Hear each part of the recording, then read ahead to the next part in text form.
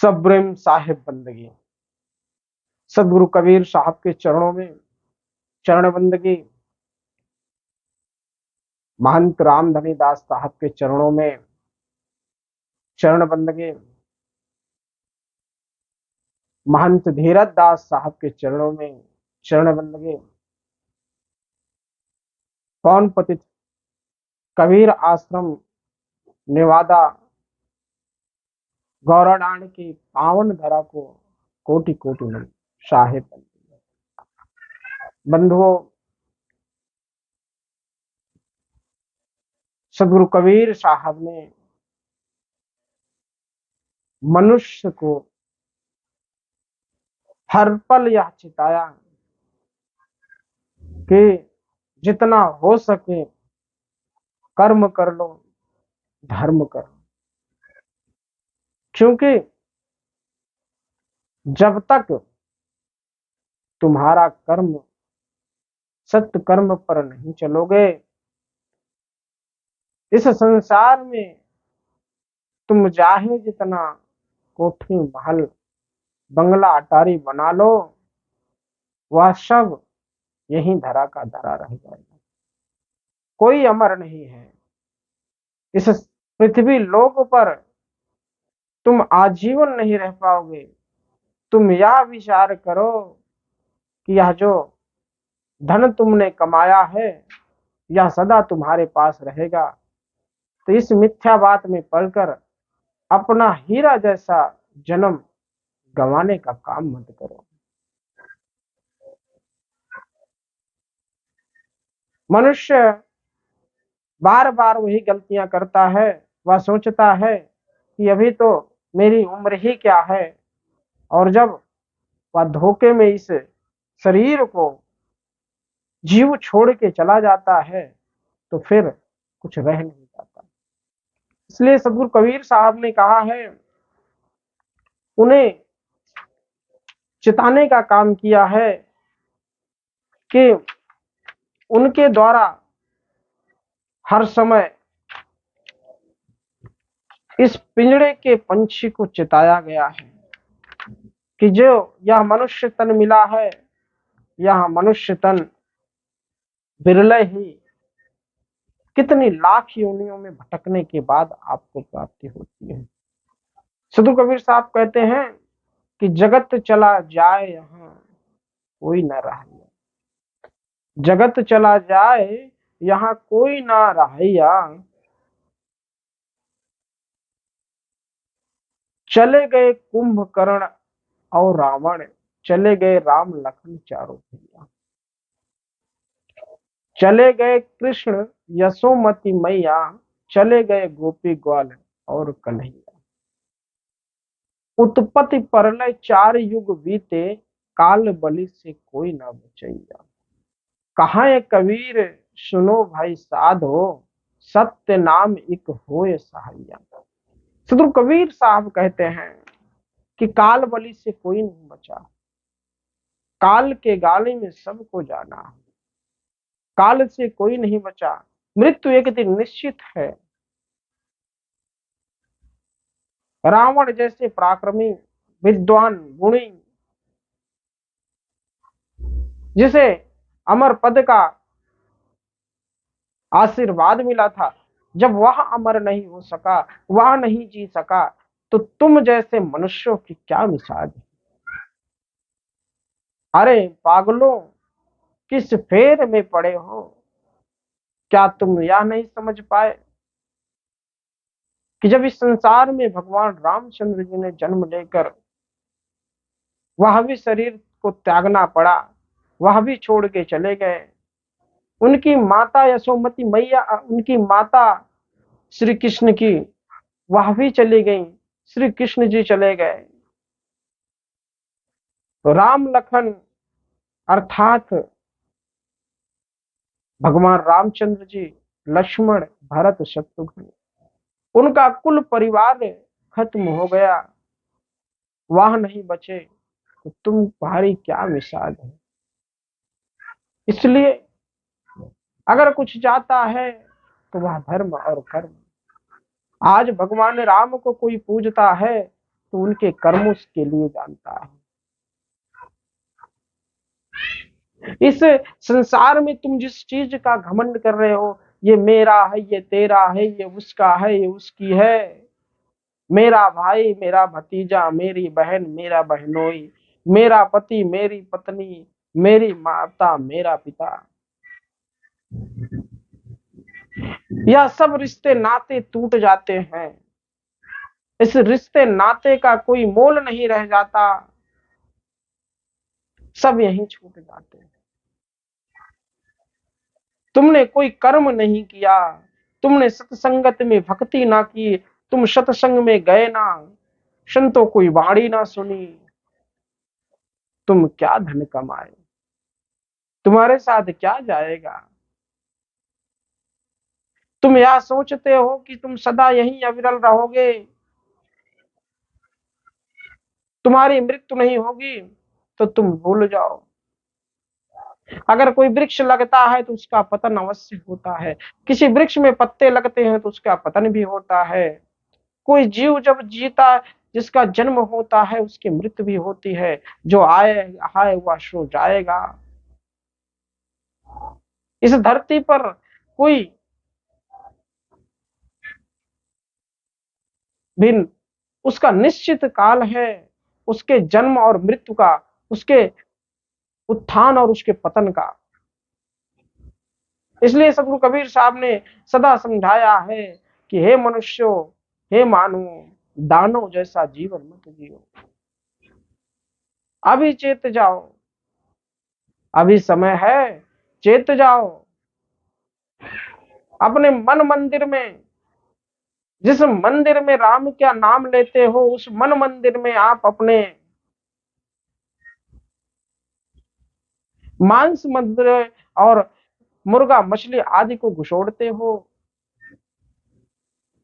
उसे खाने का काम करते हो, और उसे मुख से राम राम कहते हैं, उसी मुख से जय श्री कृष्ण कहते हो, उसी मुख से अल्लाह अकबर कहते हो, उसी मुख से यीशु पादरी। तुम कहां भूल गए हो। माया इकट्ठा कर ली, धन दौलत कमा लिया, सत्कर्म पर चले नहीं।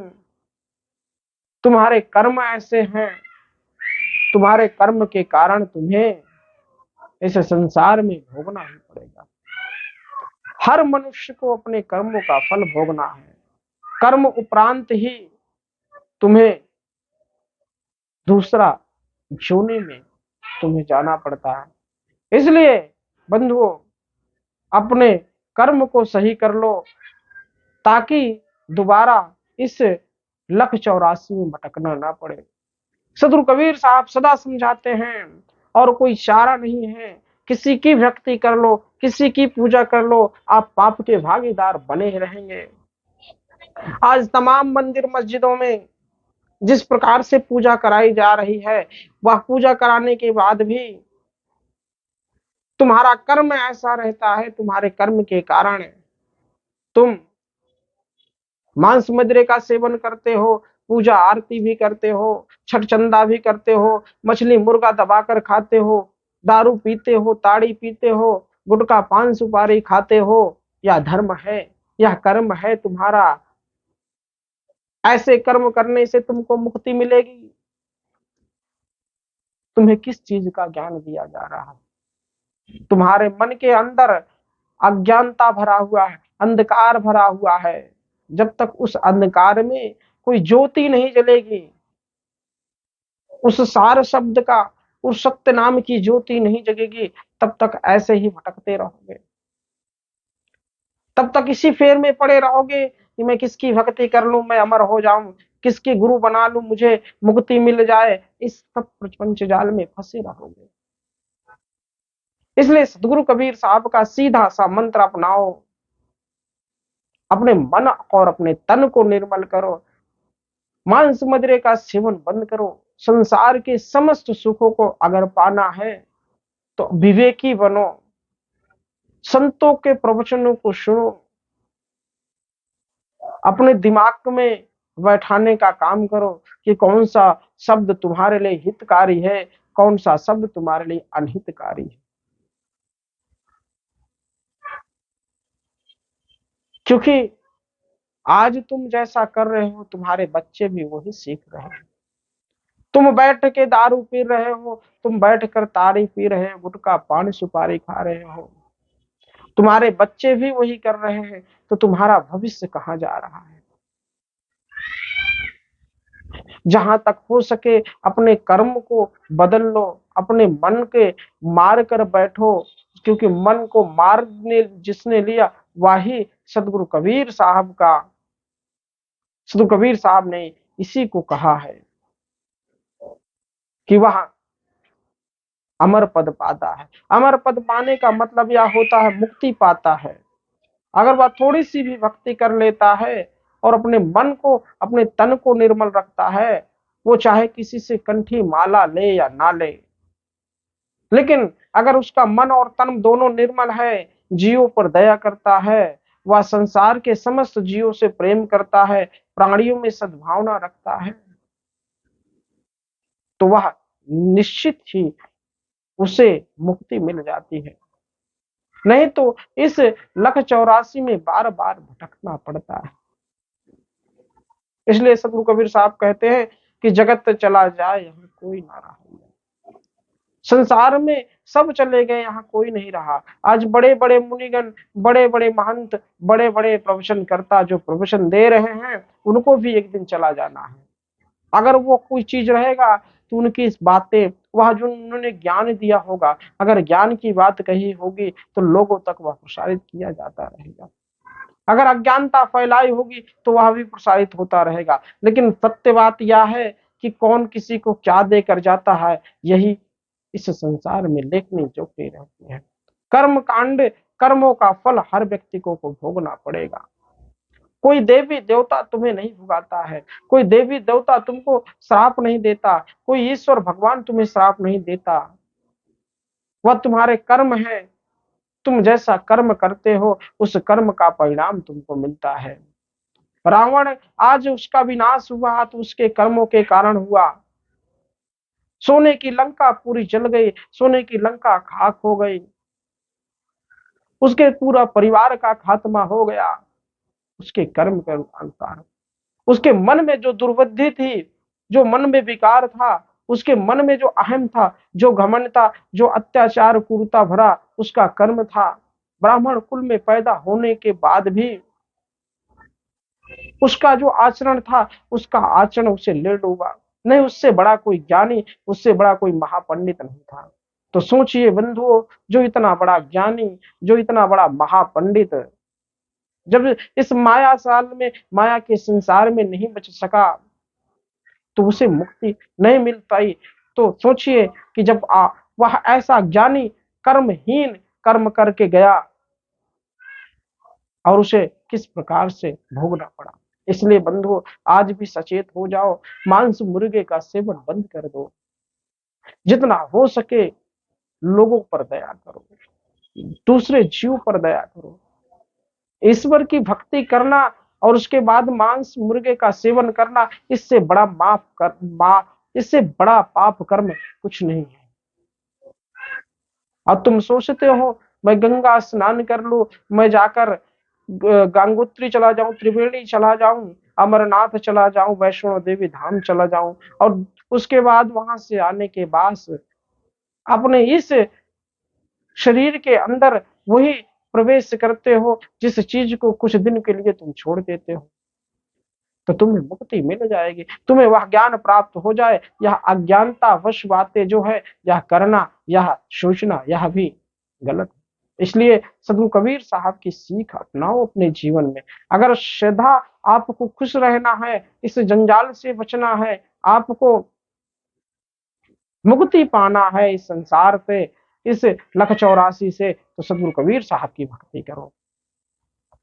आप निज दिन निस दिन हमारे इस चैनल के माध्यम से जुड़े रहें, सदगुरु कबीर साहब के शब्दों को समझें। यह ज्ञान का ऐसे ही भंडार निस दिन आपके समक्ष खुलता रहेगा।